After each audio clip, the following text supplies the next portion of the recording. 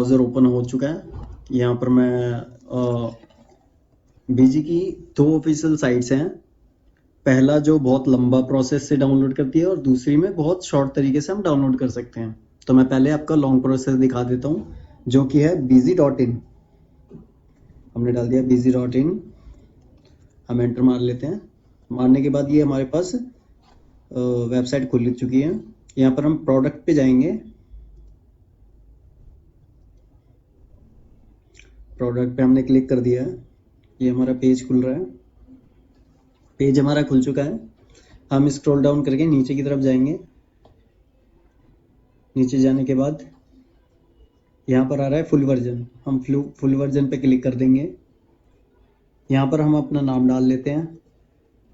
यहाँ पर email ID, phone number, city, country, ये सारा सिलेक्ट करने के बाद, सबमिट करने के बाद हमारा सॉफ्टवेयर डाउनलोड होगा, जो कि है बहुत लंबा प्रोसेस। इससे बहुत छोटा प्रोसेस है। दूसरा मैं बता देता हूँ कैसे करेंगे हम डाउनलोड दूसरी साइट से। हम चले जाते हैं गूगल पे। यहाँ पर हम लिखेंगे बिजी विन।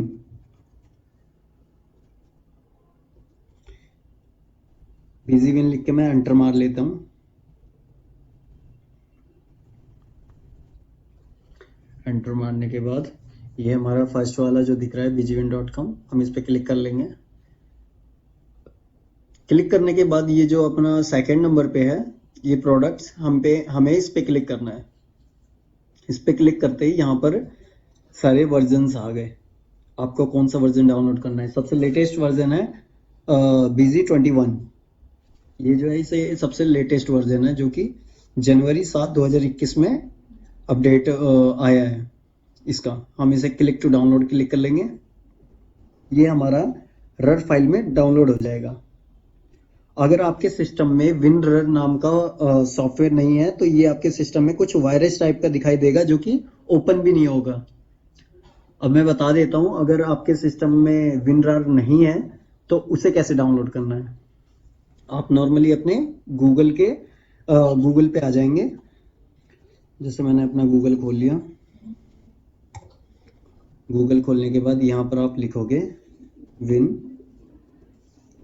डाउनलोड। इस पर आप एंटर मार दोगे।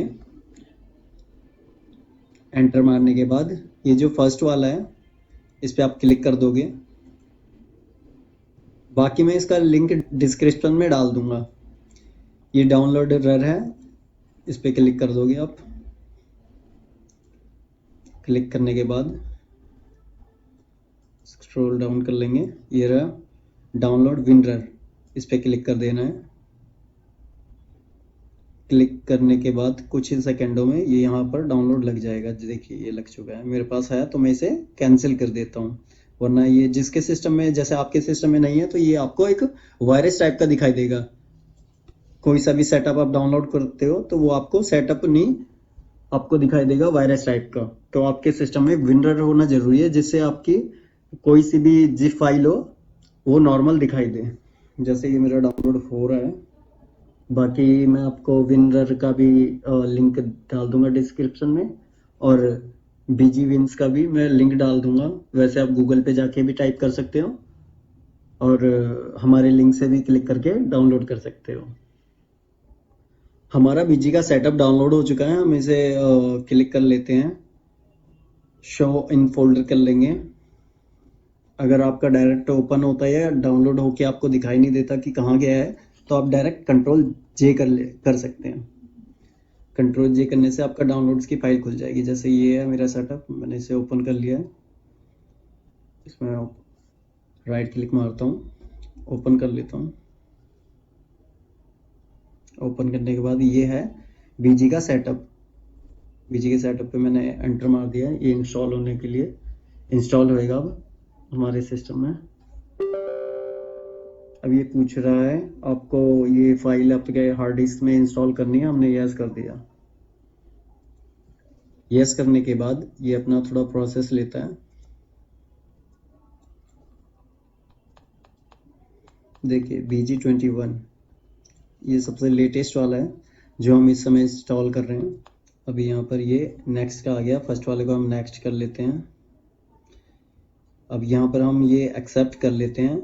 बाकी ये इनका एग्रीमेंट है, आप चाहे तो इसे पूरा स्क्रॉल डाउन करके पढ़ सकते हैं कि इसमें क्या क्या लिखा हुआ है। मैं इसे एक्सेप्ट कर लेता हूँ और नेक्स्ट कर देता हूँ। अब ये हमारा बता रहा है BGWin इंस्टॉल होने के बाद C फाइल के अंदर जाएगा BGWin नाम से। तो मैं BG ऑलरेडी मेरे पे डाउनलोड था, तो मैं इसका रीनेम कर रहा हूँ। बाकी आप BGWin का C ड्राइव ना रख के आपके और जो ड्राइव है आप उसमें रख सकते हैं, क्योंकि अगर आपकी गलती से विंडो उड़ती है, क्योंकि विंडो C ड्राइव में होती है, विंडो उड़ती है तो आपका सारा डाटा उड़ सकता है। आपकी मतलब सेल परचेज जो भी आपने एंट्री की है सारी उड़ जाएगी। तो आप C में ना रख के किसी और ड्राइव में रख सकते हैं, जिससे आपके लिए फ़ायदा होगा।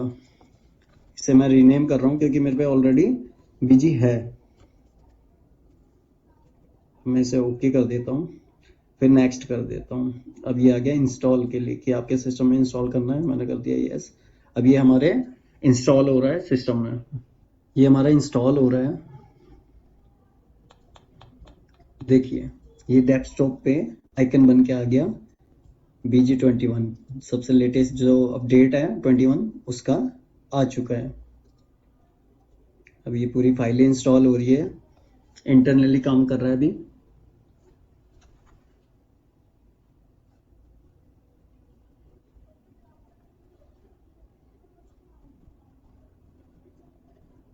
ये आ गया फिनिश, हम फिनिश पे क्लिक कर लेते हैं। ये हमारा पूरी तरह से इंस्टॉल हो चुका है BG। हम इसे ओपन कर लेते हैं। मैं एंटर मार के ओपन कर लेता हूँ BG के सॉफ्टवेयर को।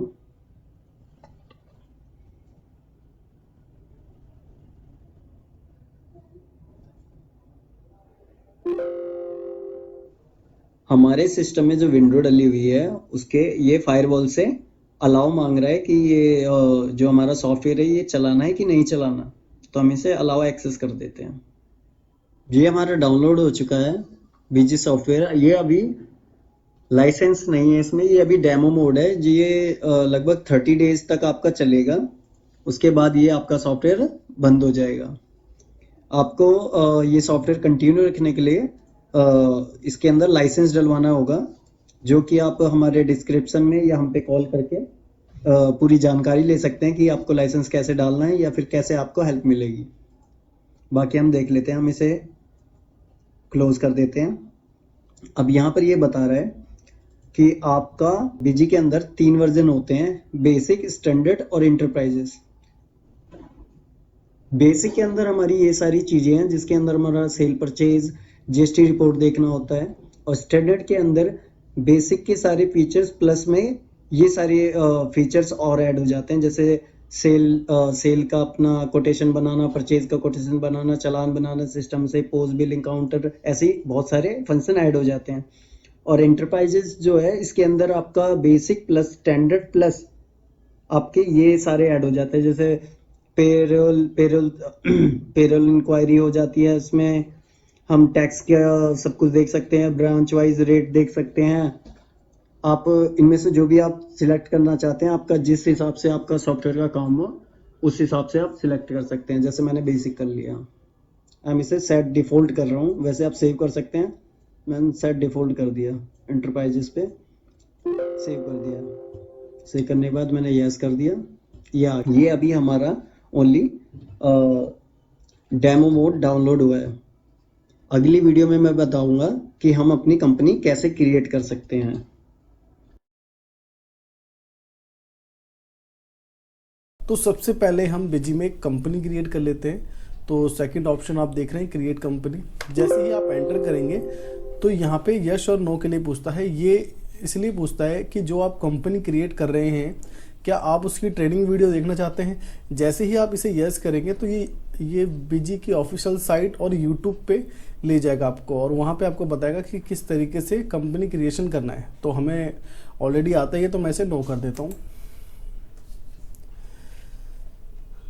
अब कंपनी क्रिएशन के लिए जो भी बेसिक इन्फॉर्मेशन होती है कंपनी की, जैसे कि कंपनी का नाम, मैं कंपनी का नाम ले लेता हूँ डेमो कंपनी।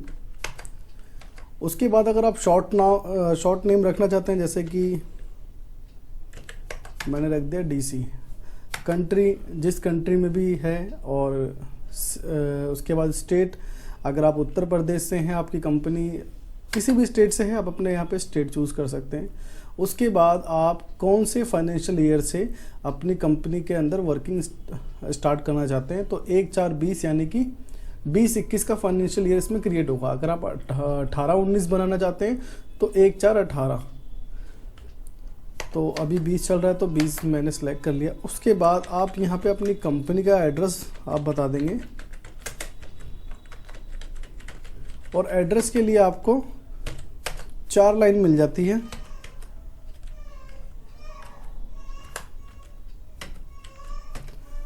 तो इन 4 लाइन में आप अपनी कंपनी का एड्रेस डाल सकते हैं।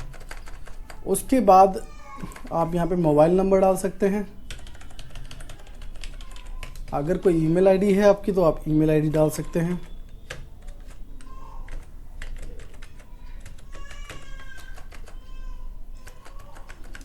उसके बाद अगर आपके पास जीएसटी है तो आप बाय डिफ़ॉल्ट ये ऐसे ही रहेगा। अगर आपके पास जीएसटी नहीं है तो आप इसे नो कर सकते हैं। यदि जीएसटी है तो आप इसे यस कर देंगे। और उसके बाद आपके पास जो लाइसेंस है वो वैट का है या जीएसटी का, ये भी पूछ लेता है। तो बाय डिफ़ॉल्ट अब पूरे इंडिया में जीएसटी ही है, तो यहाँ पे आप अपना जीएसटी नंबर डाल दें।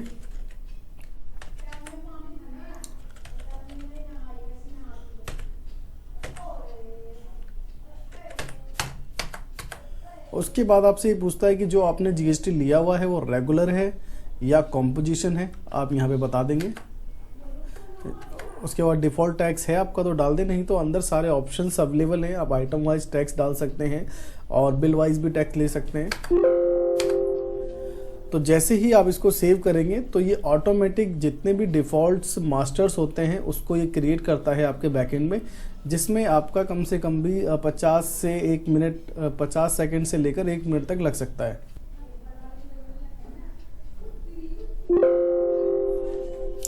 आपकी कंपनी क्रिएट हो चुकी है। उसके बाद ये पूछता है कि आपने जो कंपनी क्रिएट की है उस पर आप आईडी पासवर्ड रखना चाहते हैं या नहीं। अगर आप नहीं रखना चाहते कोई भी आईडी पासवर्ड तो आप यहाँ पर एन का बटन प्रेस कर देंगे। यदि आप आईडी पासवर्ड रखना चाहते हैं तो आप यस करें। मेरी रिकमेंडेशन है कि आप अपना आईडी पासवर्ड ज़रूर रखें। तो आप आईडी पासवर्ड कितने भी नंबर्स में रख सकते हैं, कोई भी यहाँ पे मैंडेटरी फील्ड नहीं है कि आपको कोई न्यूमेरिक डालना है या कोई अल्फ़ाबेटिक डालना है। आप अपने हिसाब से एक अक्षर का भी अपना आईडी पासवर्ड रख सकते हैं, तो कोई मैंडेटरी फील्ड्स नहीं है इसके अंदर। जैसे ही आप कंपनी क्रिएशन करते हैं, जब आप अंदर एंटर करते हैं तो फर्स्ट टाइम ये पोर्शन आपके पास आता है जिसमें कुछ सेटिंग्स है अकाउंट्स, इन्वेंट्री, जीएसटी से रिलेटेड, और आपको एक फीचर मिलेगा ट्रेड स्पेसिफिक कॉन्फ़िगरेशंस। अगर आप अपने अकॉर्डिंग करना चाहते हैं, जैसे कि सपोज़ कि आप इन्वेंट्री में डबल यूनिट चलाते हैं तो इन्वेंट्री में जाकर आप यहाँ पे अल्टरनेटिव यूनिट चालू कर सकते हैं। अब इस तरह आपने चालू कर दिया, पर आपके अभी और भी आपके ऐसी क्वेरीज हैं जो यहाँ पे आपको नहीं क्लियर हो पा रही कि वो कहाँ मिलेगी या कहाँ पे क्लिक करने से आएगी। तो उसके लिए बिजी ने अच्छा ऑप्शन डेवलप किया हुआ है, ट्रेड स्पेसिफिक कॉन्फ़िगरेशन। जैसे ही आप इस पर क्लिक करेंगे तो यहाँ पे सारे ट्रेड्स अवेलेबल हैं, उस ट्रेड के अकॉर्डिंग ऑटोमेटिक सारी सेटिंग्स इनेबल हो जाती है। जैसे अगर आप फार्मास्यूटिकल्स लेते हैं रिटेल में तो उसी के हिसाब से सारी सेटिंग्स इनेबल हो जाती हैं। अगर आप डिस्ट्रीब्यूटर का लेते हैं फार्मा तो वैसे ही हो जाएगी।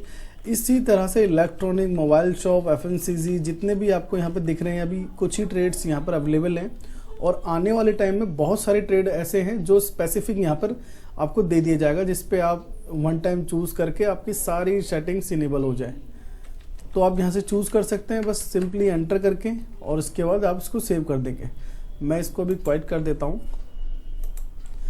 और फिर आप क्वाइट कर देंगे। क्वाइट करने के बाद आप अपने बिजी के मेन डैशबोर्ड पे आ जाएंगे जहाँ पर आपके सारे मेन्यूज़ हैं। उसके बाद आपके राइट साइड में सारे शॉर्टकट बटन्स हैं। आप इसको की के ज़रिए भी यूज़ कर सकते हैं, माउस के ज़रिए भी यूज़ कर सकते हैं। और नीचे आप बॉटम में देखेंगे तो बॉटम में आपको कंपनी की इन्फॉर्मेशंस आपको देखने को मिलेगी, जैसे कंपनी का नाम, कंपनी का फाइनेंशियल ईयर, जीएसटी, कौन सा यूज़र ऑपरेट कर रहा है, ठीक। उसके बाद बीएलएस वैलिडिटी, मतलब जो आपने बिजी परचेज किया है उसका जो अपडेट है वो कब तक आपको इसमें मिलेगा। उसके बाद आपका ये पोर्ट, और यहाँ पे आपको डेट देखने को मिल जाएगी, और अगर आपको कैलकुलेटर चलाना है तो उसके लिए भी आपका एक शॉर्टकट बटन्स है। और टॉप साइड में देखेंगे तो आपके सारे के सारे मेनू हैं, जिसमें सबसे पहले कंपनी है जो हम लॉगिन कर चुके हैं। उसके बाद है एडमिनिस्ट्रेटर। एडमिनिस्ट्रेटर में आपके जितने भी मास्टर्स हैं, कॉन्फ़िगरेशंस हैं, चाहे वाउचर से रिलेटेड हो, इनवॉइस से रिलेटेड हो, या किसी भी चीज़ से रिलेटेड कॉन्फ़िगरेशंस आपको करनी, तो वो यहाँ पे आपको मिलेगी। आपको यूज़र क्रिएट करना है, यूज़र की पावर्स देनी है, यूज़र के साथ कोई भी मॉडिफिकेशंस करने हैं तो आप यहाँ से कर सकते हैं। यूटिलिटी में कोई भी इंपोर्ट एक्सपोर्ट या कोई भी आपने जो अभी अंदर वर्किंग करेंगे एसएमएस से रिलेटेड या बल्क ईवे वगैरह जनरेट किया है आपने, लेकिन उसको आप बाद में जनरेट एक साथ करना चाहते हैं, तो इसी तरह से यूटिलिटीज़ में बहुत सारे ऐसे ऑप्शंस हैं। एसएमएस के कि आपने सभी के बिल बना लिए, लेकिन एसएमएस आप एक बार ही करना चाहते हैं तो आप यहाँ से कर सकते हैं। ईमेल कर सकते हैं, उनको यहाँ पे स्टोर करके रख सकते हैं, तो यूटिलिटी का इस हिसाब से भी यूज़ कर सकते हैं।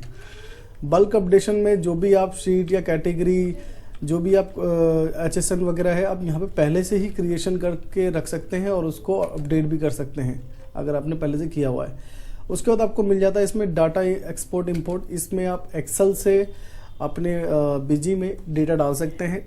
आइटम मास्टर का से अगर आइटम मास्टर का डाल सकते हैं, सेल परचेज का डाल सकते हैं, और कोई SQL डाटा है या XML डाटा है, जैसे टैली XML डाटा एक्सपोर्ट करता है तो उससे रिलेटेड भी आप डाल सकते हैं। पर टैली का डेटा इंपोर्ट एक्सपोर्ट अलग से एडिशनल परचेज करना पड़ता है बिजी में, तो उसके लिए आप एक बार कस्टमर केयर पे कंफर्म कर लें।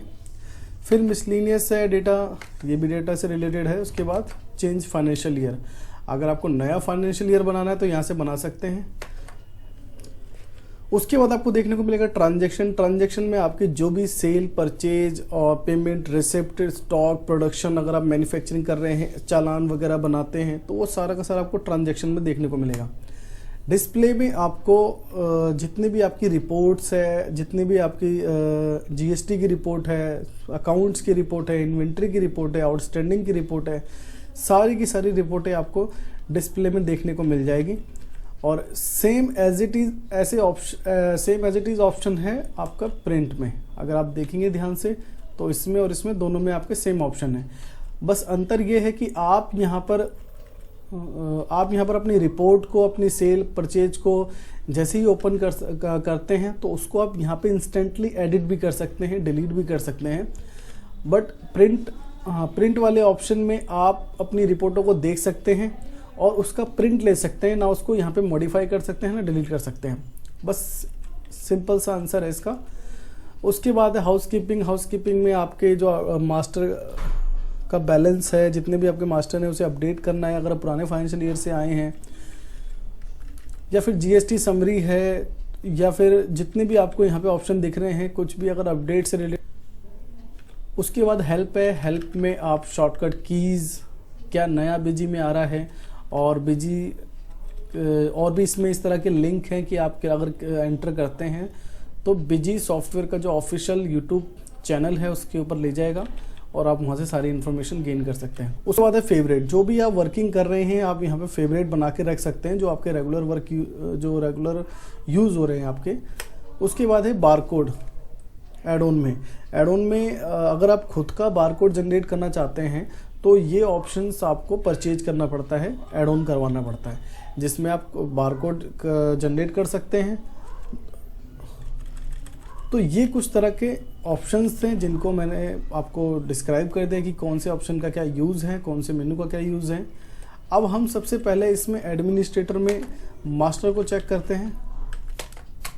मास्टर के अंदर आप अपने अकाउंट्स क्रिएट कर सकते हैं, आइटम क्रिएट कर सकते हैं, सेल टाइप यानी कि टैक्स वगैरह सारे क्रिएट कर सकते हैं। तो मैं एक अकाउंट्स क्रिएट कर लेता हूँ, बहुत ही सिंपल है। आप अकाउंट्स पे जैसे एंटर करेंगे ऐड, मॉडिफाई और लिस्ट। ऐड का मतलब नया कोई अकाउंट ऐड करना है, मॉडिफाई पे अगर कोई अकाउंट आपने ऐड कर रखा है उसमें कुछ चेंजेस करने हैं, लिस्ट में जितने भी आपने अकाउंट इसमें क्रिएशन हो रखे हैं अगर उसकी लिस्ट देखना चाहते हो तो देख सकते हो। तो हम एक अकाउंट ऐड कर लेते हैं, जैसे कि मैं डाल लेता हूँ SS ट्रेडर। ये SS ट्रेडर है, यहाँ पे आपको ग्रुप बताना है कि SS ट्रेडर आपका संडे क्रेडिटर है, डेटर है, बैंक है, क्या है। तो ये मेरा डेटर है। तो सन्डी डेटर मैंने इधर डाल दिया। अगर लेजर का कोई ओपनिंग बैलेंस है तो आप यहाँ पे ओपनिंग बैलेंस डाल सकते हैं, जैसे कि मैंने ओपनिंग बैलेंस डाल दिया। अब इस फर्म का जो भी एड्रेस है आप एड्रेस यहाँ पे डाल सकते हैं। यहाँ पे भी आपको एड्रेस डालने के लिए 4 लाइन मिल जाती है। उसके बाद आप ये जो पार्टी है आपकी, ये पार्टी दिल्ली की है या कहाँ की है आप यहाँ पे बता सकते हैं, जैसे ये उत्तर प्रदेश की है। उसके बाद ये इस पार्टी के पास रजिस्टर्ड जीएसटी है या नहीं है, या है तो कॉम्पोजिशन में है या यूआईएन होल्डर है, तो हम इसको अनरजिस्टर्ड कर देते हैं। उसके बाद अगर आप इसका आधार नंबर डालना चाहे, IT pan number, email ID, mobile number, ये सारी एडिशनल डिटेल्स है। अगर आप नहीं भी डालते तब भी आपका लेजर क्रिएशन हो जाएगा। इसमें जो मैंडेटरी फील्ड्स है वो आपको लेजर का नाम यानी कि पार्टी का नाम और उसका ग्रुप, मतलब कि वो आपका सन्डी क्रेडिटर है या डेटर है। उसके बाद एड्रेस अगर डालना चाहे डाल सकते हैं, ऑप्शनल है, बट अगर किसी को भी सेल कर रहे हैं तो, और अगर वो आपकी पार्टी तो एड्रेस तो डालना पड़ेगा ही आपको। तो यही कुछ 3 से 4 फील्ड मैंडेटरी है, बाकी सारी ऑप्शनल है। फ़ोन नंबर, पिन कोड वगैरह ये सारी की सारी चीज़ें ऑप्शनल है। आप इसको सेव कर दें। अब ये ऑप्शन खुलकर, अगर आप ओपनिंग बैलेंस नहीं डालेंगे तो ये ऑप्शन खुलकर नहीं आएगा। अगर आप डालेंगे तो आपको बताना पड़ेगा कि यहाँ पे, जैसे मैं डाल देता हूँ कि लास्ट बैलेंस, और ये सेव हो गया। और जैसे ही कुछ आपको मॉडिफाई करना है तो मैं मॉडिफाई करता हूँ। यहाँ पे सारे अकाउंट आपके आ जाएंगे, जैसे कि मैंने एसएस ट्रेडर, अगर मुझे इसमें कुछ चेंजेस करने तो मैं यहाँ से चेंजेस कर सकता हूँ। लिस्ट में सभी अकाउंट आपके खुलकर आ जाएंगे। इसी तरह से आइटम है, आइटम को आप ऐड पे क्लिक करके जितनी भी इन्वेंट्रीज है आप यहाँ पे क्रिएट कर सकते हैं। जैसे कि मैं इसमें डाल देता हूँ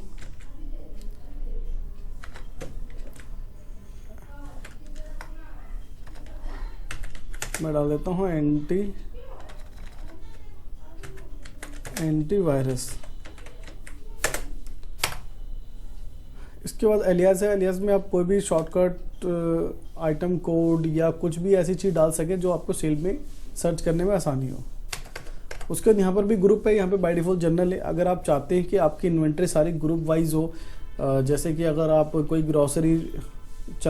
ग्रोसरी शॉप चला रहे हैं तो आपको ग्रुप वाइज सारी चीज़ें चाहिए होती हैं कि ब्रेकफास्ट आइटम, लंच आइटम या बेबी केयर प्रोडक्ट अलग। तो इस तरह से अपनी ग्रुप्स यहाँ पे बना सकते हैं। ये आपको हेल्प करेगा आपकी इन्वेंट्री में।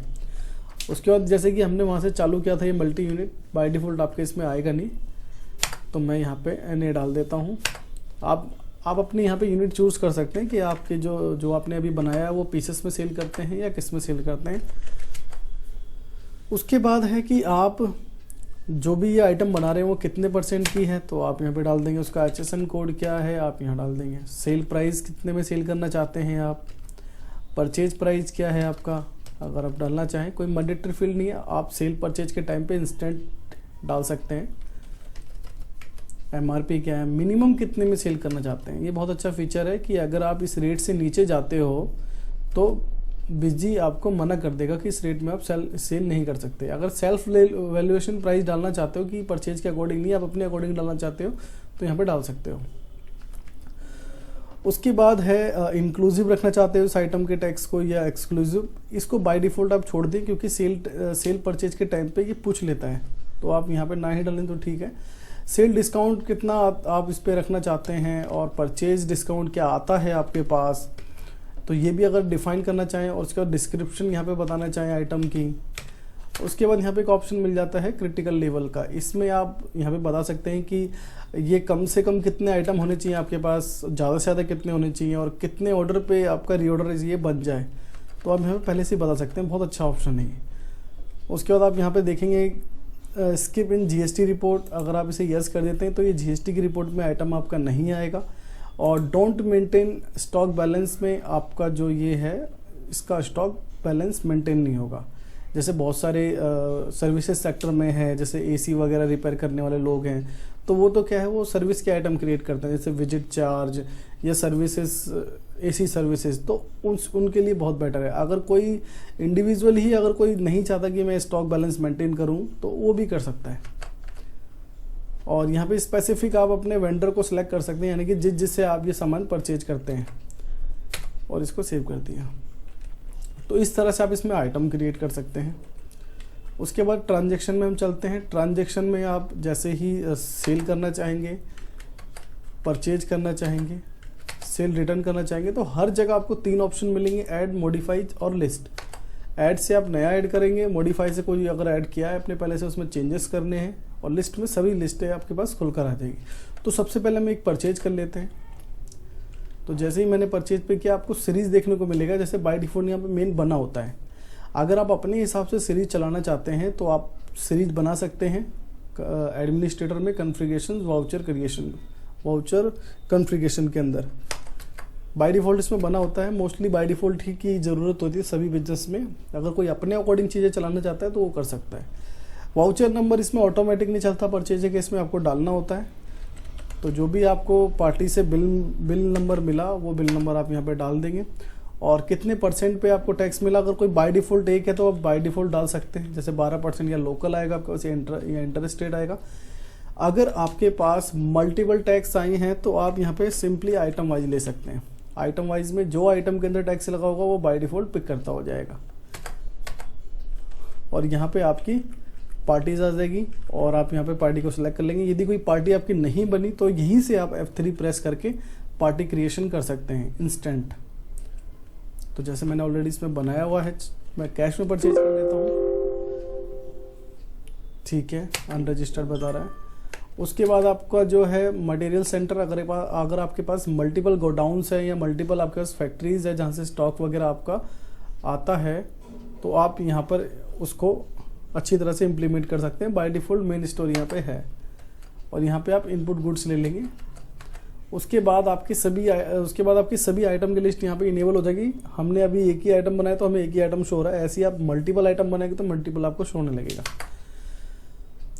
तो जैसे ही आपने इस पर एंटर किया, यहाँ पे आपको बताना है कि कितनी क्वांटिटी आपने परचेज करी, क्या रेट, जैसे कि 2000 रुपये हमने आइटम मास्टर के अंदर पहले से डाल रखा था, तो ये वो 2000 रुपये हमारे को। अगर हम चाहते कि हमें ये 2100 का पड़ा है, मैनुअली यहाँ पर भी हम करना चाहें तो कर सकते हैं। और जैसे ही एंटर किया तो इस पर टैक्स लग गया। उसके बाद अगर और आइटम है तो सेम प्रोसीजर करेंगे आप, और उसके बाद आप इसको टैप करके बिल सेंट्री में कोई भी फ्राइट चार्ज या कोई भी एक्स्ट्रा चार्जेस अगर लगे हैं तो आप यहाँ पे डाल सकते हैं।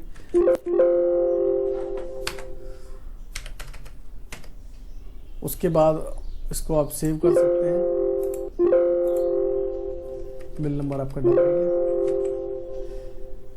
ये सारी चीज़ें जो आप देख रहे हैं नोटिफिकेशन, ये हमने जो है ट्रांजैक्शन ज़्यादा की कर ली, यानी कि 6 लाख के आसपास की हमने ट्रांजैक्शन कर ली है, जबकि कैश में इतनी लिमिट नहीं होती। तो वही चीज़ ये हमें डिस्क्राइब कर रहा है कि जो आपने परचेज किया है वो ज़्यादा अमाउंट का है, आप इसको आगे प्रोसीड करना चाहते हैं तो यस कर देते हैं, तो ये परचेज हमारी चढ़ गई। अब इसी तरह से परचेज में कोई मतलब मॉडिफिकेशंस करनी है, चेंजेस करने हैं तो आप यहाँ से कर सकते हैं, कुछ भी चेंजेस करने हैं। और लिस्ट निकालनी है आपको, लिस्ट निकाल सकते हैं। अब हम एक सेल की एंट्री कर लेते हैं। तो सेल में आप देख रहे होंगे कि ऑटोमेटिक क्या है, सेल में ऑटोमेटिक चल रहा है वाउचर। अब यहाँ पर भी सेम कंडीशन है कि अगर कोई पर्टिकुलर एक टैक्स है तो आप यहाँ पर ले सकते हैं, और यदि कोई मल्टीपल टैक्स है तो आइटम वाइज। मैं प्रेफर यही करता हूँ कि आप आइटम वाइज सेल करें तो सबसे बेटर है, आपको ध्यान नहीं रखना पड़ेगा, आपका टाइम कंज्यूम होने से बचेगा। तो यहाँ पर हमने पार्टी बना रखी है ऑलरेडी, एसेट ट्रेडर, इसको हम ले लेते हैं। ये एसेट ट्रेडर अनरजिस्टर्ड उसमें है तो कोई दिक्कत नहीं। उसके बाद है आपकी इन्वेंट्री। आप इन्वेंट्री यहाँ से मतलब चूज़ कर लेंगे कि कौन सा आइटम आप इसको बेच रहे हैं। जैसे कि 2500 रुपये हमने सेल रेट डाला था, अगर आपकी सेल रेट ज़्यादा है तो आप इसे ज़्यादा में भी कर सकते हैं। ऐसे ही आप और मल्टीपल आइटम ले सकते हैं। और बिल सेंट्री में कोई भी आप इस पर चार्जेस लगाना चाहें, जैसे इस पर भी हम फ्राइट चार्जेस लगा देते हैं, और उसके बाद इसको सेव कर देते हैं। ठीक है, अब ये लास्ट का जो पोर्शन आता है बिल बाय बिल पे, ये बैलेंस इसके अकाउंट में शिफ्ट हो जाएगा। अब ये आपसे प्रिंट के लिए पूछेगा, आप इस पर एंटर कर देंगे। प्रिंट के लिए आप यहाँ पे स्टैंडर्ड, यानी कि स्टैंडर्ड में A4 प्रिंट निकलेगा, A5 में आपका हाफ प्रिंट निकलेगा, और 3 इंच 4 इंच जो है थर्मल प्रिंटर जो होते हैं छोटे छोटे, उसके लिए। तो सभी बाय डिफ़ॉल्ट यहाँ पे बने हुए हैं। अब हम इसको जैसे ही फर्स्ट टाइम आप प्रिंट करेंगे तो आपको यस करके यहाँ पे अपनी जो भी बैंक डिटेल्स है या कोई भी आपका डिक्लेरेशन है या लोगो है आप यहाँ पे लगा सकते हैं। फर्स्ट टाइम ये आपको ले जाता है उस ऑप्शन पे। अब आप देख रहे होंगे कि ये हमारा इनवॉइस आपको शो होने लग गया। अब आप देख रहे होंगे कि इसमें इनवॉइस जो है इस कोने पे आ रहा है, पूरे फुल पेज पे नहीं आ रहा, तो वो एक सिस्टम के रेजुलेशन के ऊपर है। जैसे कि मैंने अपने सिस्टम का रेजुलेशन अभी कम कर रखा है, आपको थोड़ा बढ़ाना पड़ेगा तो आपका ये फुल पेज में आ जाएगा। तो जिस तरह से आपने सेल करी, जैसे परचेज करी, सेम एज इट इज सभी का प्रोसेस ऐसी ही है। अगर आप सेल रिटर्न लेना चाहते हैं, परचेज रिटर्न करना चाहते हैं कि किस तरह से जो हमारे पास पेमेंटें आती हैं, यानी कि जो आप कैश बैंक रिसीव करते हैं उसकी एंट्री कैसे करें, और जो भी आप पेमेंट करते हैं अपने परचेजर को या एक्सपेंस के लिए तो उसकी एंट्री कैसे करें। तो ये आज दोनों की दोनों चीज़ें हम सीखने जा रहे हैं, तो बने रहे मेरे साथ। सबसे पहले आपको अपना बिजी ओपन करना है। बिजी ओपन आप जैसे ही करेंगे तो आपको ट्रांजैक्शन में आना है। ट्रांजैक्शन में आने के बाद आपको आना है रिसिप्ट, यानी कि किसी से आप अगर पेमेंट ले रहे हैं तो आप उसे रिसिप्ट में एंटर करेंगे। तो सबसे पहले मेन पे ही आपको एंटर करना है। उसके बाद आप यहाँ पे डेट डिफाइन कर देंगे कि किस डेट को आपने उनसे पैसे लिए। उसके बाद आप जैसे ही एंटर करेंगे तो आपको जीएसटी नेचर में नॉट एप्लीकेबल ही करना है, क्योंकि आप बिल के अगेंस्ट में पेमेंट ले रहे हैं और बिल आपका ऑलरेडी जीएसटी वाला कट चुका है। और उसके बाद आप जो सबसे पहला आपको अगर रिसीव कर रहे हैं तो यहाँ पे आपको सी दिखेगा, अगर आप पेमेंट कर रहे हैं तो आपको यहाँ डी दिखेगा। तो आप डिफ़ॉल्ट तरीके से ही इसके चले कि जैसे ही आप एंटर करेंगे तो सबसे जो पहली लाइन है उसमें आपको अपनी पार्टी लेनी है, जिससे भी आपको पेमेंट मिली। तो मैं पार्टी को सर्च करता हूँ और इस पार्टी से कितनी पेमेंट मिली, सपोज़ कि मेरे को 25,000 की पेमेंट यहाँ पे आई। अब जैसे ही आप पेमेंट डालेंगे तो आपके पास जो है एक मेथड खुल जाएगा कि जो 25,000 रुपये हैं आप इस पार्टी से किस चीज़ के लिए ले रहे हैं। तो आप जैसे ही एंटर करेंगे तो आपको दो ऑप्शन दिखेंगे, एडजस्टमेंट और न्यू रेफरेंस। एडजस्टमेंट में अगर आपने कोई इसका बिल काट रखा है तो उसी से ये एडजस्ट कर देगा। देखो जैसे मैंने एडजस्टमेंट पे क्लिक किया और यहाँ पे इसके दो बिल कटे हुए हैं, सॉरी एक बिल कटा हुआ है और एक प्रीवियस बैलेंस है। तो मैं किससे इसको डिटेक्ट करना चाहता हूँ, तो सपोज़ कि मेरे को इसे इस बिल से एडजस्ट करना है। मैंने इसको इस बिल से एडजस्ट कर दिया। और शॉर्ट नरेशन में आप डाल सकते हैं जैसे कि इन्होंने जो पेमेंट करी है वो एनईएफटी की है, और आप एनईएफटी का ट्रांजैक्शन नंबर भी डाल सकते हैं, आपके ऊपर है ये। उसके बाद आप जैसे ही एंटर करेंगे जो सेकंड लाइन है आपको यहाँ पे बताना है कि आपने जो पेमेंट ली है वो कौन से बैंक में ली है। अगर आपके पास मल्टीपल बैंक्स हैं या कैश पेमेंट आई है तो कैश। तो मेरे को इन्होंने एनईएफटी करी आईसीआई अकाउंट में और मैंने इसको एंटर कर दिया। नीचे आप देखेंगे तो लॉन्ग नरेशन में आपकी जो भी कन्वर्सेशन हुई हो इस पेमेंट के रिगार्डिंग, तो आप यहाँ पे काफ़ी लंबी लाइन लिख सकते हैं, क्योंकि ऊपर ये देखने को नहीं मिलती, नीचे आप ये कर सकते हैं। उसके बाद आप इसको सेव कर देंगे। तो ये सीखी हमने रिसिप्ट। अब उसके बाद देखते हैं कि अगर हमने किसी को पेमेंट करी है तो उस पेमेंट की एंट्री कैसे करनी है। आपको सिंपली यहाँ पे लिखा हुआ है पेमेंट पे आप जैसे एंटर करेंगे तो ऐड पे आप क्लिक करेंगे। अगर आपको नई पेमेंट किसी को ऐड करनी है, सेम प्रोसीजर वही है कि आप मेन पे एंटर करके आप यहाँ पे डेट डिफाइन कर देंगे कि कौन से डेट में आपने उनको पेमेंट करी। उसके बाद यहाँ पर भी आपको नॉट एप्लीकेबल लेना है जीएसटी, क्योंकि ऑलरेडी आपने उनसे जीएसटी बिल ले रखा है जिसके अगेंस्ट में आप उसको पेमेंट करेंगे। तो सबसे पहले पोर्शन में यानी कि पहली लाइन में आपको वो पार्टी लेनी है। सपोज कि मैंने बिजी को पेमेंट करी है 30,000 रुपये की और मैंने इसको बाय चेक पेमेंट करी और यहाँ पर मैं अपना चेक नंबर डाल सकता हूँ। तो शॉर्ट नरेशन में आप कुछ भी डाल सकते हैं, नहीं भी डालना चाहें तो आप ये ऑप्शनल छोड़ सकते हैं। उसके बाद सेकंड में कि ये पेमेंट जो गई है वो कहाँ से गई, ये मैंने आईसीआई बैंक से करी। उसके बाद नीचे आपको लॉन्ग नरेशन कोई भी कन्वर्सेशन, जैसे कि मैंने आपको बताया कि रिसिप्ट में सेम प्रोसीजर वही है, तो आप यहाँ पे अपना लॉन्ग नरेशन डाल सकते हैं। उसके बाद इसको आप सेव कर देंगे। अब जो आता है क्वेश्चन कि जो हमने पेमेंट की एंट्री करी है अगर उसे हमें कभी मॉडिफाई करना हो तो कैसे करें। तो जैसे हमने रिसिप्ट की एंट्री की थी तो हम इसको मॉडिफाई कर लेते हैं। तो आप देख रहे हैं कि ये मॉडिफिकेशन खुल गया है। अभी एक ही बिल है इसलिए ये खुल गया, आप इसको मॉडिफाई कर सकते हैं। अगर आप और भी इसकी एंट्रीज कर देंगे तो आपका लास्ट ही क्या है ये ओपन होगा, जो आपने लास्ट एंट्री की होगी। अगर आप चाहते हैं कि आपने और भी प्रीवियस एंट्री जो की है उसको भी मॉडिफाई करना चाहते हैं तो आप नीचे वाला पोर्शन दिख रहे हैं लिस्ट, जैसे आप क्लिक करेंगे आप स्क्रीन पे एंटर कर दें और यहाँ पे आप डेट डिफाइन कर दें कि आपको कब से कब तक का जो रिसिप्ट है वो मॉडिफिकेशन करने के लिए देखना है। आप जैसे क्लिक करेंगे तो आपके सामने सारी लिस्ट आ जाएगी और जिसको भी आप मॉडिफाई करना है आप इस पर एंटर करें। और एंटर करने के बाद सपोज कि ये पेमेंट जो है NEFT नहीं हुई, ये पेमेंट IMPS हुई, तो ये मैंने चेंज कर दिया। तो इस तरीके से आप इसको मॉडिफाई कर सकते हैं। और अगर आप पेमेंट में कोई मॉडिफिकेशन करना चाहते हैं तो सेम प्रोसेस है। तो बहुत इजी है कि जिनसे भी आप पेमेंट ले रहे हैं या जिनको भी आप पेमेंट दे रहे हैं उनकी एंट्री आप इजीली इसमें कर सकते हैं। अब इसमें जो है आप एक कॉमन चीज़ देख रहे होंगे कि जब भी आप रिसिप्ट की एक एंट्री कर रहे हैं तो यहाँ पे सिर्फ डेट और वाउचर नंबर अगर आप रखना चाहते हैं, इसमें अगर आप वाउचर नंबर रखना चाहते हैं तो वो आप देखेंगे आप यहाँ पे हाईलाइटेड नहीं है। अगर आपको रखना है तो आप सिंपल सा प्रोसेस है, आप एडमिनिस्ट्रेटर में कॉन्फ़िगरेशन के अंदर जाएंगे, सेकंड ऑप्शन है वाउचर सीरीज कॉन्फ़िगरेशन, यहाँ पे आप एंटर करेंगे और जिसमें भी आपको चाहिए, सेल परचेज में डिफ़ॉल्ट होता ही है। और आप जैसे कि इसे रिसिप्ट में चाहिए और इसको मैं ऑटोमेटिक और ऐसे ही मुझे अगर पेमेंट में चाहिए रिसिप्ट तो मैंने दोनों में इसको ओपन कर लिया, नॉट रिक्वायर्ड था, ऐसे इस करके आप इसे यस कर दें। अब ये वाउचर अगर आप देखेंगे तो आपके बिल में ये चालू हो चुका है, वाउचर नंबर दूसरा कट रहा है क्योंकि एक हमने ऑलरेडी काट चुके हैं। तो बहुत इजी सा स्टेप है, आप इसको यूज़ करके अपने बिजनेस के अंदर जितनी भी पेमेंट की एंट्री है, जितनी भी रिसिप्ट की एंट्री है, बहुत अच्छे तरीके से इसे कर पाएँ।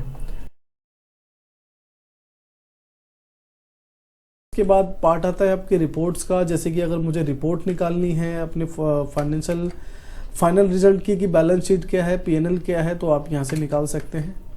और जिस तरह से आप यहाँ पे क्लिक करेंगे उस हिसाब से आपको अकाउंट शो होने लगेंगे। और इसमें भी आप इसको प्रिंट करना चाहें डायरेक्ट या प्रीव्यू करना चाहें पहले तो वो भी कर सकते हैं।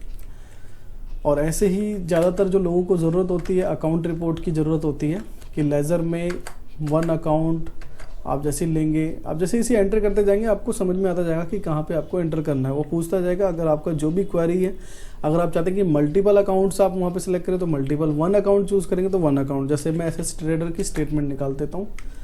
अब यहाँ पर भी आप देख रहे होंगे तो बहुत सारे ऑप्शंस आपको बार बार दिख रहे हैं कि आप अगर कोई पार्टी आपसे कहती है कि मुझे ट्रांसपोर्ट डिटेल भी चाहिए मेरे स्टेटमेंट के अंदर, नरेशंस भी चाहिए, तो आप यहाँ पे उसको यस कर देंगे। अगर आपने कोई ट्रांसपोर्ट डिटेल डाली होगी तो ज़रूर आएगी।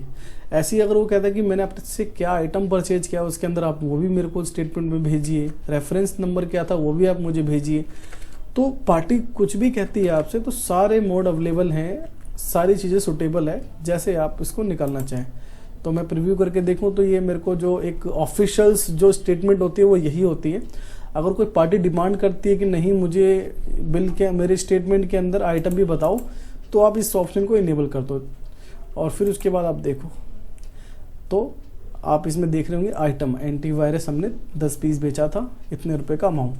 तो जिस हिसाब से भी पार्टी कहती है स्टेटमेंट के लिए ऐसे कर सकते हैं। ऐसे ही इसमें बहुत सारी रिपोर्टें हैं, जीएसटी की भी summary, returns, GSTR 1, 2, 3B, ITC 6, 9, तो सभी आप देख रहे होंगे सारी की सारी जीएसटी की रिपोर्टें अवेलेबल है और सारी की सारी आपके अकाउंट्स की रिपोर्टें अवेलेबल है और इन्वेंट्री की रिपोर्टें अवेलेबल है। तो बहुत इजी है, अगर आप एक सिंप्लीफाई सॉफ्टवेयर चाहते हैं तो आप इसे ज़रूर परचेज कर सकते हैं। सॉफ्टवेयर से रिलेटेड कोई भी क्वारी अगर आप करना चाहते हैं तो आप कमेंट बॉक्स में भी कर सकते हैं और डायरेक्ट आप मुझे कॉल भी कर। हम सीखेंगे कि जो भी हमारे पास प्रिंटर्स होते हैं तो उसको हम बिजी सॉफ्टवेयर से कैसे कनेक्ट करें, ताकि हमें जो हम बार बार बताते हैं प्रिंटर के टाइम पे, यदि आपके साथ कुछ ऐसी दिक्कत आ रही है कि आपको हर टाइम जो है प्रिंटर के लिए बताना पड़ता है कि कौन से प्रिंटर से आप प्रिंट निकालना चाहते हैं, ठीक है, तो जैसे आप कौन से प्रिंटर से चाहते हैं तो आप यहाँ पे क्लिक करके प्रिंटर का नाम बताते हैं कि मुझे इस प्रिंटर से प्रिंट चाहिए, तो आप अगर चाहते हैं इसको परमानेंटली करना कि ये परमानेंटली यही रहे और इसी प्रिंट से आपका प्रिंट निकले, तो आपको क्या करना है, आपको आना है एडमिनिस्ट्रेटर पे। एडमिनिस्ट्रेटर पे आने के बाद आपको क्लिक करना है कॉन्फ़िगरेशंस पे। कॉन्फ़िगरेशंस पे क्लिक करने के बाद आपको हार्डवेयर कॉन्फ़िगरेशन पे क्लिक करना है और यहाँ पे आपको अपना वो प्रिंटर सेट कर देना है। जैसे कि मेरे पास अभी कोई प्रिंटर इंस्टॉल्ड नहीं है, जैसे आपके सिस्टम में प्रिंटर होगा तो वो सेटअप भी इंस्टॉल्ड होगा तो आपको यहाँ पे दिखने लगेगा। जैसे HP है तो HP दिखेगा आपको, कैनन है कैनन, कोई सा भी प्रिंटर है उस प्रिंटर का आपको नाम दिखने लगेगा। सपोज़ कि मैं ये चाहता हूँ कि माइक्रोसॉफ्ट प्रिंट टू PDF हो जाए, उसके बाद आप इसको सेव कर दें और जब भी आप इसका प्रिंट निकालेंगे, जैसे कि मैं आपको दिखा देता हूँ, तो बाय डिफ़ॉल्ट वो वहाँ पे वही ऑप्शन इनेबल रहेगा। तो देखिए पहले यहाँ पे कुछ और आ रहा था, अब यहाँ पे बाय डिफ़ॉल्ट PDF है, बट आप कुछ अभी भी चेंज करना चाहें तो अभी भी चेंज कर सकते हैं, बट डिफ़ॉल्ट आपका अब ये रहेगा। तो प्रिंटर सेटअप कैसे करते हैं बिजी के अंदर, आई होप आपको बहुत अच्छे से समझ में आया होगा। ऐसे ही आप हमारे साथ बने रहें, सरल तरीके से वीडियोस को हम लेके आते हैं ताकि आपको अच्छे से समझ में आए। यदि आपको कोई क्वेश्चन है तो आप हमें कमेंट कर सकते हैं, वीडियो को लाइक करें, चैनल को सब्सक्राइब। हेलो दोस्तों इस वीडियो में हम समझेंगे चेक प्रिंटिंग के बारे में। तो बहुत एक छोटी सी सेटिंग्स आपको अपने सॉफ्टवेयर में करनी है, कॉन्फ़िगरेशंस करनी है। तो कैसे इस सेटअप को हम कंप्लीट करें, चलिए समझते हैं इसके बारे में। सबसे पहले आपको जाना है कॉन्फ़िगरेशन में। तो अभी आप देखेंगे यहाँ पे, देखिए जहाँ पे जो मेरा माउस का कर्सर है, ये आपको यहाँ पे कोई भी चेक प्रिंटिंग का ऑप्शन नहीं दिख रहा। तो सबसे पहले आपको फीचर एंड ऑप्शन में क्लिक करना है, अकाउंट्स पे जाना है। अकाउंट्स में जाने के बाद आपको चेक प्रिंटिंग पे क्लिक करना है और सेव कर देना है। दोस्तों ध्यान रखना कि अगर आपके पास बेसिक एडिशन है तो ये बेसिक एडिशन में फीचर नहीं है, स्टैंडर्ड में फीचर है ये, और स्टैंडर्ड से सभी ऊपर जो वर्जन है उसमें है। उसके बाद अब देखिए यहाँ पे चेक प्रिंटिंग का ऑप्शन आपको दिख गया है। जैसे ही आप फीचर ये इनेबल करेंगे चेक प्रिंटिंग का, तो आपको चेक प्रिंटिंग में जाना है सेटअप बनाने के लिए। आपको यहाँ पे एक सेटअप बनाना है, ऐड फॉर्मेट करें और यहाँ पे कुछ भी आप नाम ले सकते हैं। सपोज कि जैसे कि मैं ICICI बैंक ले लेता हूँ और उसके बाद आपको क्लिक करना है कॉन्फ़िगर फॉर्मेट पे। और यहाँ पे जो भी आपका चेक है, जैसे कि आप चेक देखते हैं कि जो उसमें डेट प्रिंट होगा और जो पार्टी का नेम प्रिंट होगा और जो भी उसमें अमाउंट प्रिंट होगा, तो जो भी उसकी हाइट है, टॉप मार्जिन है प्रिंटिंग की, ये सारी की सारी चीजें आप यहाँ पे मतलब सेट कर सकते हैं तरीके से। उसके बाद आप कॉन्फ़िगर चेक पे क्लिक करेंगे और यहाँ पे जो है आप बता सकते हैं टॉप में कितना मार्जिन है, हाइट में कितना है, विड्थ में कितना है, ये सारी चीजें आप यहाँ बता सकते हैं। और उसके बाद आप पहले प्रिंट लेके जो है इसको बाय डिफॉल्ट ओके करके प्रिंट लेके जरूर देखें। अगर कहीं पे भी उसमें आपको दिखता है सपोज कि जो आपके जो ये अमाउंट है कुछ ज्यादा ही राइट हैंड साइड में आ रहा है, आप चाहते हैं थोड़ा सा लेफ्ट हो जाए, तो विजुअली इसको माउस से आप लेफ्ट कर सकते हैं। आपको उसके लिए कोई कोडिंग की जरूरत नहीं है, जैसे कि आपने और सॉफ्टवेयर में देखा होगा कि वो चीज वही कर पाते हैं जो सॉफ्टवेयर से जो आपको सेल करते हैं या फिर जो उनके डेवलपर हैं, बट आप इसको विजुअली कर सकते हैं यहाँ पे। अब सपोज की जो डेट है, डेट का बॉक्स आपके आगे जो है मंथ में आ रहा है, तो आप इसको इस हिसाब से डिजाइन कर सकते हैं अपने माउस से ड्रैग एंड ड्रॉप करके इस तरीके से। तो जब आप ये सेट कर लें उसके बाद आप इसको ओके करें और उसके बाद इसको सेव कर दें और इसको क्विट कर दें। अब जो भी आपने बैंक बनाया होगा या फिर आप बैंक बनाएंगे तो उसमें आपको जो है चेक प्रिंटिंग को इनेबल करना है। तो मैं मॉडिफाई कर लेता हूं, मेरे पे पहले से ICICI बैंक का अकाउंट बना हुआ है और यहाँ पे आप देखेंगे इनेबल चेक प्रिंटिंग, मैं इस पे यस करता हूं और यहाँ पे फॉर्मेट लगा देता हूं। बाय अगर मान लीजिए कि आपके पास यस बैंक है और सभी के फॉर्मेट्स कुछ अलग अलग हैं, कुछ किसी में डेट थोड़ा सा लेफ्ट है, किसी में थोड़ा सा राइट है, किसी में अमाउंट थोड़ा सा टॉप में है, थोड़ा डाउन है, तो इसी तरीके से आप अलग अलग सेटअप बना सकते हैं और अलग अलग उसको, जैसे सपोज ये ICICI में ICICI दे दिया आपने, यस बैंक में यस बैंक का एक फॉर्मेट बना दिया, इस तरीके से एक डायरेक्शन दे सकते हैं। और उसके बाद आप इसको सेव करें। अब जैसे ही मैंने सेव कर दिया और कोई भी अब मैं ट्रांजेक्शन आप इसमें करता हूँ, सपोज मैं पेमेंट की कोई भी ट्रांजेक्शन करता हूँ, सपोज बिजी बाय डिफॉल्ट एक लेजर बना होता है इसमें और मैं यहाँ पे अमाउंट डालता हूँ और उसके बाद जैसे ही मैं इसको सेव करूंगा तो देखिए ये मेरे से बोलेगा कि जो आप पेमेंट की एंट्री कर रहे हैं, अगर इसका आपको प्रिंट लेना है, चेक प्रिंट लेना है, तो आप इस पे यस करके ले सकते हैं। तो मैं इसे यस कर देता हूं और उसके बाद एंटर करके इसको ओके कर देता हूं। ओके करने के बाद अब जैसे ही मैं प्रिंट करूंगा, और ध्यान रखें दोस्तों, जो आपका चेक है, जहां से चेक के बॉक्स है, डेट के जो बॉक्सेस लास्ट में होते हैं वहां से आपको प्रिंटर पे रखना है। जहां से प्रिंट का जो ड्रम है, जो प्रिंट अंदर जाता है, वहां से आपको रखना है। उसके बाद वो प्रिंट आपका होकर आएगा। ध्यान रखें कि जहां से पार्टी का नेम चालू होगा, जहां पे पे लिखा होता है, वहां से आपको प्रिंटर के पास नहीं रखना जहां पे प्रिंटर का ड्रम होता है, जो पेज अंदर जाता है। आपको बॉक्स के पास से पेज को रखना है, यानी कि एकदम उल्टी की तरह, उल्टा रखना है उसको। उसके बाद जैसे ही अब मैं इसको प्रीव्यू कर लेता हूं, तो ये आपका जो है चेक पे प्रिंट होकर आएगा, जैसा कि आप देख रहे हैं यहाँ पे। अब इसमें सपोज कि आपकी डेट लेफ्ट आ रही है या अगले बॉक्स में आ रही है, तो उसके लिए मैंने आपको बताया विजुअली आप जाइए फॉर्मेट पे और उसको माउस से ड्रैग एंड ड्रॉप करके बता दीजिए। और आप इसमें आपका सर 1 से 2 जो है चेक जरूर खराब होगा दोस्तों, लेकिन आपका ये फॉर्मेट परमानेंटली सेट हो जाएगा। जब एक बार आपका फॉर्मेट सेट हो जाएगा तो इजीली आप जो है जितने मर्जी इसके अंदर प्रिंट निकाल सकते हैं। उसके बाद कोई आपको सेटिंग्स वगैरह इसमें नहीं करनी है ऐसी। आई होप आपको बहुत अच्छे से समझ में आया होगा कि कैसे चेक प्रिंट करना है, हमें कैसे कॉन्फ़िगर करना है, कैसे सेटअप करना है। बहुत आसान तरीके से आपको इसमें समझ में आया होगा और आई होप आपको बहुत अच्छा भी लगा होगा वीडियो को लाइक भी करें, चैनल को सब्सक्राइब करें ताकि इस तरह की वीडियोस आपको मिलते रहें। दोस्तों इस वीडियो में हम समझेंगे कि जो ईमेल कॉन्फ़िगरेशंस करनी है हमें अपने बिजी सॉफ्टवेयर के अंदर, जैसा कि हम चाहते हैं कि जब भी हम बिल बनाएं और बिल बनाने के बाद जो है ईमेल जो आपके कस्टमर हैं या क्लाइंट हैं उनको ऑटोमेटिक उनकी ईमेल पे चले जाए। इसके लिए ना आपको दोबारा से कोई गूगल खोलना पड़े, जीमेल लॉगिन करना पड़े, पीडीएफ को एक्सपोर्ट करना पड़े, तो इतना प्रोसीजर आपको फॉलो ना करना पड़े। आपको ऑप्शन मिल जाए, ईमेल पे आप एंटर करें, ऑटोमेटिक उनके पास ईमेल पहुंच जाए। तो ये जो वर्क करता है सिर्फ स्टैंडर्ड वर्जन में वर्क करेगा और जितने भी स्टैंडर्ड वर्जन से अपग्रेड वर्जन है उसमें वर्क करेगा। बेसिक वर्जन में ये वर्क नहीं करता। तो सबसे पहले आपको क्या करना है, आपको एडमिनिस्ट्रेटर में आना है। उसके बाद आप आएंगे कॉन्फ़िगरेशंस में आपको दिख जाएगा ईमेल कॉन्फ़िगरेशंस। जैसे आप इस पर क्लिक करेंगे तो यहाँ पे जो है ये कुछ आपसे सेटिंग्स पूछ रहा है जिसको आपको करना है। अब जैसे ये कह रहा है कि पहले में कि ईमेल सेंडिंग ऑप्शन की, ईमेल का सेंडिंग ऑप्शन आप कैसे रखना चाहते हैं, तो सेंड डायरेक्टली, मतलब कि आप यहाँ पे जब भी बिल बनाए तो डायरेक्टली आप वहाँ पे आपको ऑप्शन मिल जाए और सेंड कर सके आप। उसके बाद आपसे ये पूछ रहा है कि आप फाइल किस रूप में भेजना चाहते हैं, जैसे कि पीडीएफ अटैचमेंट देना चाहते हैं या ईमेल बॉडी टैग, जैसे कि आपने देखा होगा उसमें लिखा हुआ आ जाएगा कि पार्टी का नेम, सब कुछ टेक्स्ट में लिखा हुआ आएगा। और ऐसे ही जो है XML में आएगा। जैसे अगर आप किसी में इंपोर्ट करा रहे हैं डेटा, जैसे कोई आपसे पार्टी मांगती है कि मुझे अपने सॉफ्टवेयर में इंपोर्ट करना है, तो XML भी आप उसको दे सकते हैं। और ये है PDF प्लस XML, मतलब कि PDF भी जाएगा और XML भी चले जाएगा।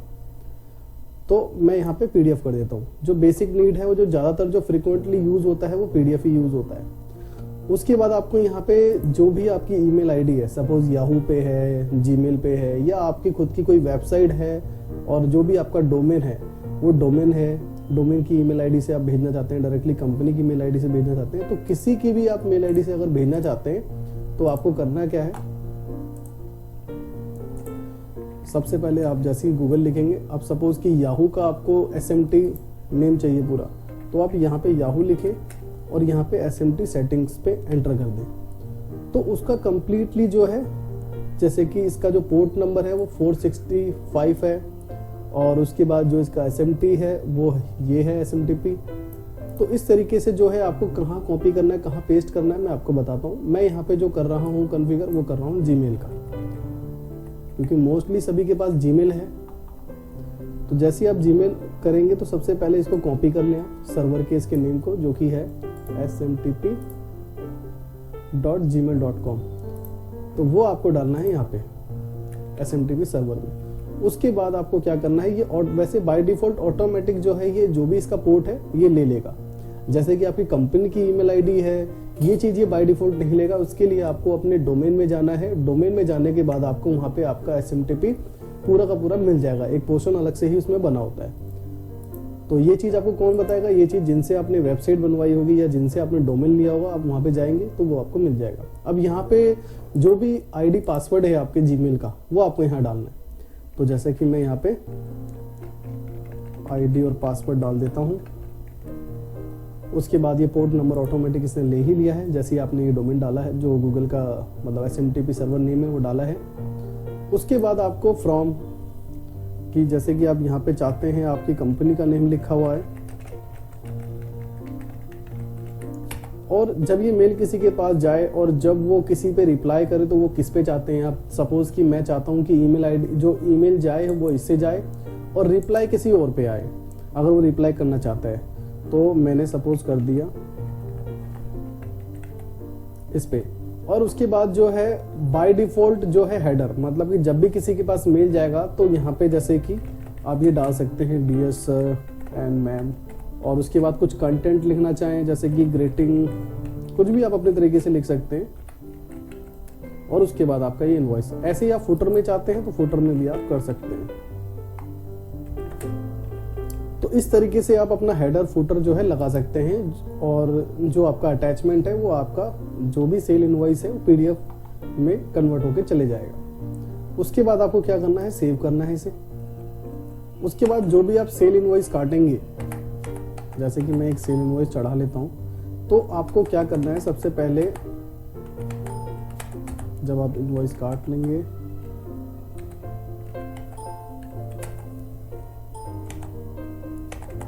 तो यहाँ पे एक ईमेल का ऑप्शन आ जाएगा आपके पास। जैसे ईमेल पे आप एंटर करेंगे और इसको सेंड करेंगे तो आपको एक एरर आ जाएगा टू में, कि टू में किसी की भी मेल आईडी इसमें नहीं है।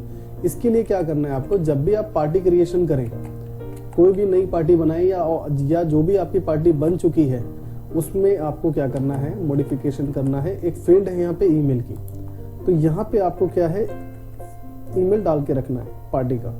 नहीं तो आपको हर जब भी जितने भी सेल इनवॉइस आप जो भेजेंगे ईमेल, तो बार बार आपको वहां पे डालना पड़ेगा। अगर आप चाहते हैं कि ये चीज ना डालना पड़े आपको, तो आप यहाँ पे कर सकते हैं ऐसे, और उसके बाद आप इसको सेव कर दें। अब देखिए उसी इनवॉइस को हम ईमेल करेंगे तो कैसे करें। अब यहाँ पे ईमेल पे आप एंटर करेंगे और उसके बाद आप सेंड पे क्लिक कर देंगे। अब जैसे ही सेंड पे क्लिक करेंगे तो ये एरर शो होगा। अब ये कह रहा है कि सेव एंड सेंड लेटर, अगर इसको सेव कर देंगे तो ये ऑफलाइन सेव हो जाएगा, और जब भी आपका इंटरनेट वगैरह कनेक्ट हो जाएगा तो ये ऑटोमेटिक सेंड हो जाएगा। बट ये जो है एरर है, जो भी आपका जीमेल अकाउंट है या याहू अकाउंट है उसमें आप जाएंगे, एक सिक्योरिटी का जो है पैच दिया हुआ है उसको आपको ऑन करना है। जब तक आप ऑन नहीं करेंगे तब तक ये ईमेल आपका नहीं सेंड होगा। तो देखिए कैसे हम इसको करें, इसको भी हम कैंसिल कर देते हैं। और जो भी आपने ईमेल आईडी इसमें डाली है वो उस ईमेल आईडी को आप लॉगिन करें अपने गूगल अकाउंट, गूगल है तो गूगल अकाउंट को लॉगिन करें, याहू है याहू के अकाउंट को लॉगिन करें, और आपको जाना है अकाउंट के सेक्शन में। जैसे कि गूगल में सबसे ऊपर ही आ जाता है मैनेज योर गूगल अकाउंट, और उसके बाद यहाँ पे आपको जाना है सिक्योरिटी में। जैसे ही सिक्योरिटी पे आप क्लिक करते हैं, आप सबसे बॉटम साइड के पास आइए जहां पे लिखा है लेस सिक्योर ऐप एक्सेस। तो आप जैसे ही इस पे क्लिक करेंगे टर्न ऑन एक्सेस, और इसके बाद आप इसको ऑन कर देंगे। जैसे ही आप ऑन करेंगे अब आप अपनी ईमेल वगैरह को सेंड कर सकते हैं। तो देखिए हम दोबारा से इसको अब सेंड करते हैं।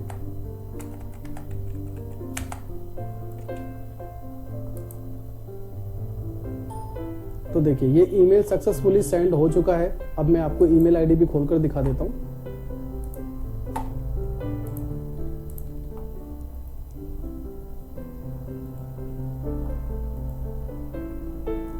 तो जैसा कि आप ये देख रहे हैं कि हमने यही ईमेल आईडी जो है उसमें डाली हुई है, और ये ईमेल इनके पास आ चुकी है। जैसा कि हमने हेडर में जो लिखा हुआ था वो आप देख ही रहे हैं यहाँ पे कि हमने हेडर में ये लिखा हुआ था और फुटर में हमने ये डाला हुआ था। और आपका जो है एक अटैचमेंट पीडीएफ हमने चूज किया हुआ था, ये पीडीएफ पार्टी के पास पहुंच चुका है। तो इस तरीके से 2 से 3 कॉन्फ़िगरेशंस करके आप अपनी ईमेल को सेट कर सकते हैं। अगर आपने स्टैंडर्ड या स्टैंडर्ड से अपग्रेड वर्जन ले रखा है तो आप इसका यूज जरूर करें। तो कोई भी आपको दिक्कत आती है इस चीज से रिलेटेड, आप हमें कमेंट करें, हम आपको इस चीज का सॉल्यूशन देंगे। चैनल को सब्सक्राइब करें, अगर वीडियो अच्छी लगी है तो लाइक करें।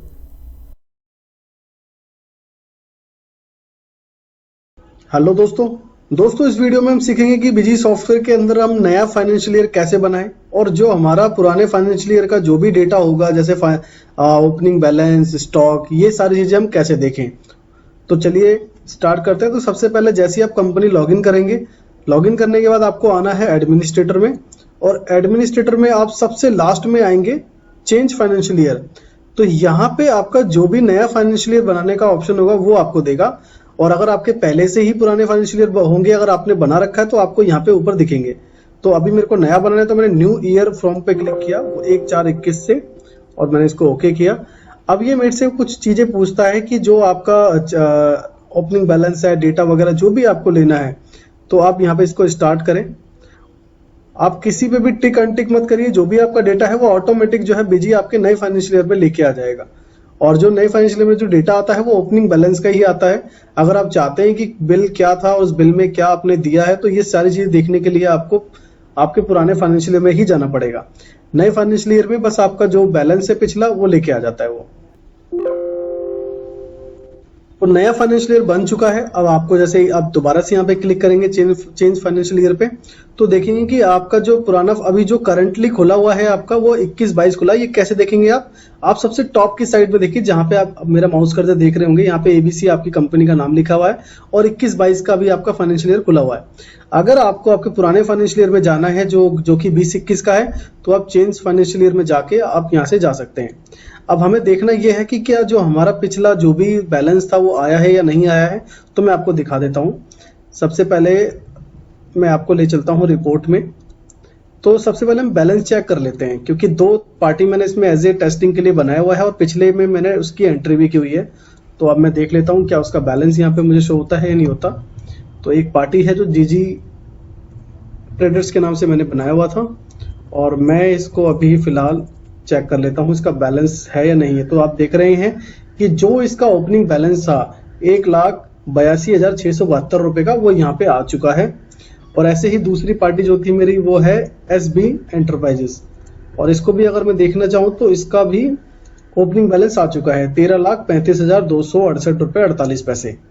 तो ओपनिंग बैलेंस के तौर पे आपके पास सारी चीज़ें आ जाएगी। स्टॉक भी चेक कर लेते हैं हम। तो स्टॉक पे जैसे मैं क्लिक करता हूँ स्टॉक स्टेटस पे और ओके करता हूँ और एंटर करता हूँ, तो देखेंगे आप कि मेरे जितने भी जो मैंने एज ए टेस्टिंग के लिए बना रखे थे 2111, 123, 34, 12, 50, ये सारा का सारा स्टॉक मेरे पास ओपनिंग बैलेंस के तौर पे आ चुका है।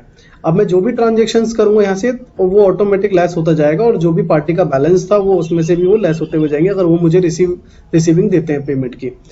अब हमें देखना है कि जो मैंने अभी आपको दिखाया कि ये नए फाइनेंशियल ईयर में आया है, तो क्या ये पुराने फाइनेंशियल ईयर में मैंने एंट्री की हुई है या नहीं की है। तो इसको भी मैं आपको एक बार दिखा देता हूँ। तो चेंज फाइनेंशियल ईयर में आप जाएंगे, और पुराने फाइनेंशियल ईयर में जाने के लिए तो आप यहीं पे आने के बाद और डायरेक्टली आप F11 की की प्रेस कर भी जा सकते हैं। और जैसे ही मैं इसको एंटर करता हूँ, तो ये हमारा कंप्लीटली जा चुका है पुराने फाइनेंशियल ईयर में। अब हम देखते हैं सेम पार्टी की रिपोर्ट देखते हैं जो अभी हमने वहां पे देखी कि एज ए ओपनिंग बैलेंस में उनका बैलेंस आ चुका है प्रीवियस डाटा। अब यहाँ पे हम चेक कर लेते हैं कि जो जीजी ट्रेडर के नाम से है, तो देखिए यहाँ पे हमने क्या है एक उसका सेल्स इनवॉइस जनरेट किया हुआ था जब भी इसका बैलेंस वहां पे वो गया 1,82,672 रुपए का। और यहाँ पे आप देख सकते हैं कि क्या मैंने इसके अंदर बेचा था। तो आपको कुछ भी अगर और मतलब ज़्यादा डिटेल में देखनी है तो आपको पुराने फाइनेंशियल ईयर में आके ही चेक करना पड़ेगा कि मैंने उस समय उस बिल में क्या दिया था। जो नया फाइनेंशियल ईयर होगा उसके अंदर आपको सिर्फ और सिर्फ आपको ओपनिंग बैलेंस दिखेगा। और इसी तरीके से जो है हम स्टॉक भी चेक कर लेते हैं। मैं स्टॉक स्टेटस पे क्लिक कर देता हूँ, क्लिक करने के बाद ओके करता हूँ और एंटर करता हूँ, तो आपको दिखेगा आपने यही देखा था वहाँ पे 2111, 123, 34, 12, 50। तो बहुत आसान है कैसे नए फाइनेंशियल ईयर को बनाएं, कैसे अगर बना लिया है पुराने फाइनेंशियल ईयर में कभी जाना है तो कैसे जाएं और कैसे काम करें उसमें, तो आप इजीली कर सकते हैं। इस वीडियो को लाइक करें और सब्सक्राइब करें चैनल को, क्योंकि इसी तरह से हम वीडियो लेके आते रहते हैं। Thanks for watching.